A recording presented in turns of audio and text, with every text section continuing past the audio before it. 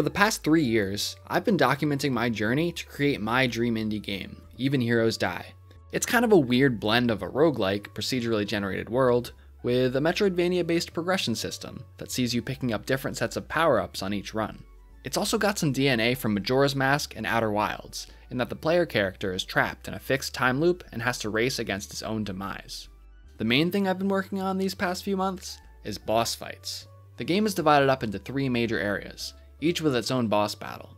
I already showed you the first boss that I created, and how it was easily one of my most daunting programming challenges yet. But after studying some bosses from my favorite 2D action games, I found that designing one isn't as impossible as it seems, once you break it down bit by bit. And what's more, as I continued working on the game's other boss battles, I started to find that creating bosses might just be one of my favorite parts of game dev. Moving on from this phantom enemy, I tried my hand at creating a boss that fights a little more up close and personal, which led me to design this Yeti boss, who aggressively swipes and leaps at you, putting you on the defensive.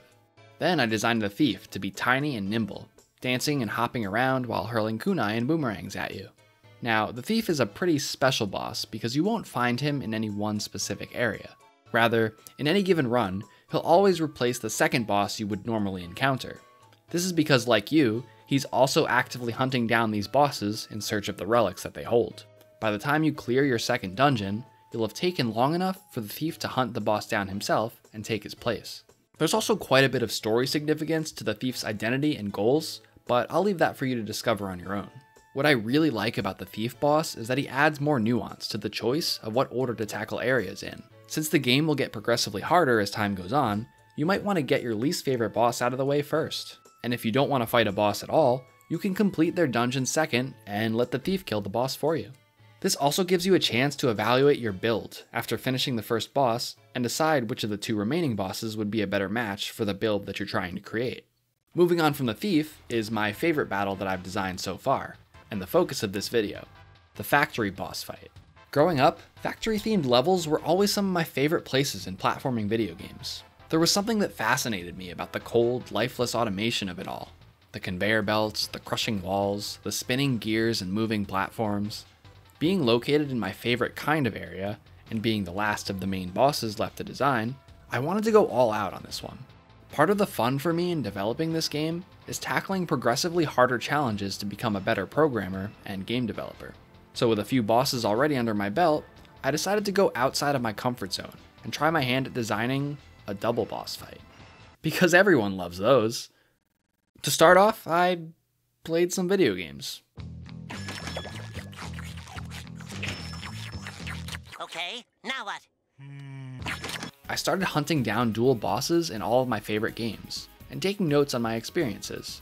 Things I liked, and things I didn't. And pretty quickly I learned what I didn't want to do. See, for some games, a double boss fight can mean sticking 2 or more tougher enemies together in a room and calling it a day. There's no coordination between them. Each boss just executes their various attacks without considering what the other foe might be doing. If you're just trying to create a fun little challenge, then this might be okay, but at best, these kinds of fights will come off as forgettable. And at worst, these battles can be a nightmare to balance. This comes down to one of my most important principles of a good boss fight. Every one of the boss's attacks should be avoidable. It may require fast reflexes or proper positioning, but given enough practice, every attack should have a method to be avoided consistently. You might remember from my last video on bosses that I talked a bit about state machines. It's this idea that each of a boss's moves can be organized into its own state. This list of states and the transitions between them are what make up the state machine. For a single boss, you can have a simple loop. Boss is in an idle state where he chooses one of his attacks. He then transitions into the chosen attack state, in which he does the attack. Then the attack has some kind of end condition. Maybe he waits for a moment or 2. And then he transitions back to his idle state again. And so my first thought was, maybe I can just do this exact same thing.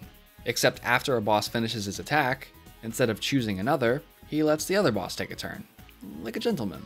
To coordinate the 2 and decide whose turn it was to attack, I created a third, invisible controller enemy.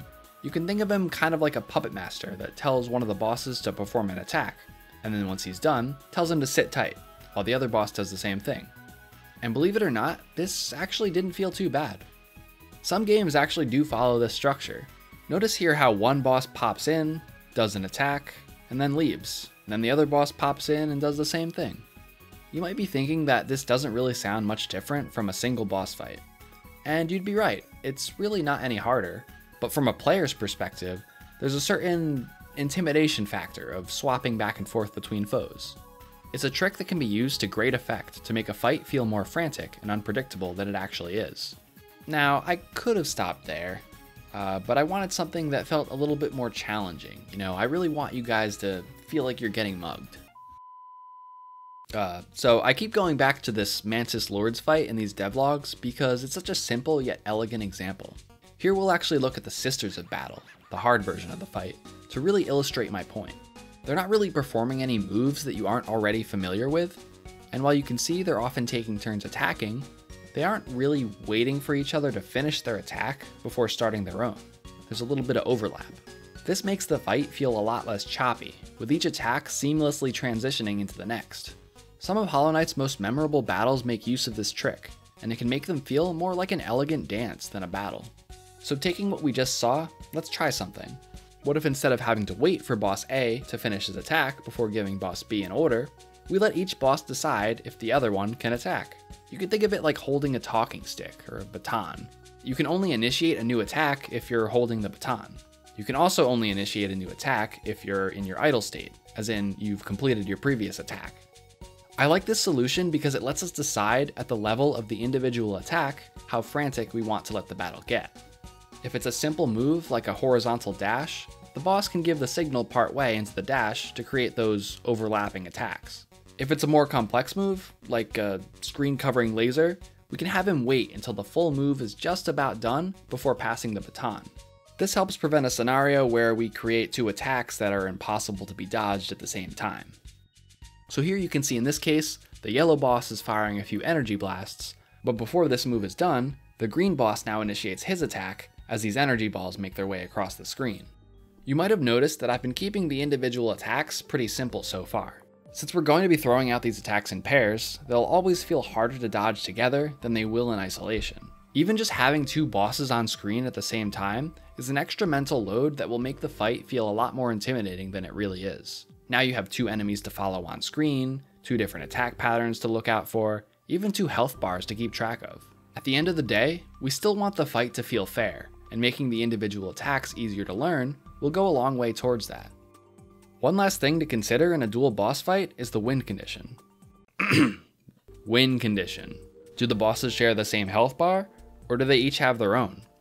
Having a shared health bar is probably the easiest way to go, but it also takes away some of the nuance and decision making around who the player should attack. It can also be a little immersion breaking. If you spent the entire fight bonking one boss over the head, and then they suddenly both die, it might be a little weird. So I thought it'd be more interesting to give each boss their own health bar, which comes with its own set of challenges. Now you need to decide what happens when one of the bosses dies. Some games just kind of let the other boss fend for himself. But with the most challenging part over, the fight just kind of pitters out. Other games will begin a whole new phase at this point, making the surviving boss more formidable with a transformation or new moves. But this is a lot of work, especially if you want this phase to be unique based on who the surviving boss is. Designing two bosses is already hard enough, so I decided to compromise. When you defeat one of the robots, they'll deactivate for a few moments while the other one starts to revive it. If you can beat the other one during this time, you'll be victorious. But if you take too long, the other one will regain a chunk of his health, and the double battle will resume. So as you're fighting them, you'll also want to try to keep their health bars relatively even, so you can deal that finishing blow at the same time. Or you might want to come to battle equipped with a weapon or build that will let you damage them both at once. Or you just let the thief do all your dirty work for you. Now there's still some room for balancing, new moves, and finishing touches, but overall, I'm pretty excited about the result. Most importantly, I feel like I've come away with a much better understanding of what makes a double boss fight tick. There are so many little decisions to make about how the bosses work together that can make the difference between a fight feeling cheap or badass. Because at their worst, these types of battles can feel like lazy, copy-pasted filler. But at their best, double boss battles can create some of the most memorable moments in gaming. And now, I want to thank you all very much for watching. Hopefully you learned something new, whether you're following the project, or you're a fellow indie dev, or you just like to learn about game design. Are there any double boss fights that you think were done particularly well, or particularly not well? Let me know in the comments. You can help show your interest in Even Heroes Die by wishlisting the game on Steam with the link in the description. And if you enjoyed the video, please remember to like and subscribe so you can stay up to date with the project. Apart from Even Heroes Die, I also like to talk about various games that I enjoy playing or feel could use some more exposure. My schedule hasn't been the most consistent this year, but I do hope to change that as we come into the fall, especially with this insane year of releases. If anything, I'm kind of paralyzed by the number of games I want to talk about. And with that, thanks again everyone, and I'll see you in the next one.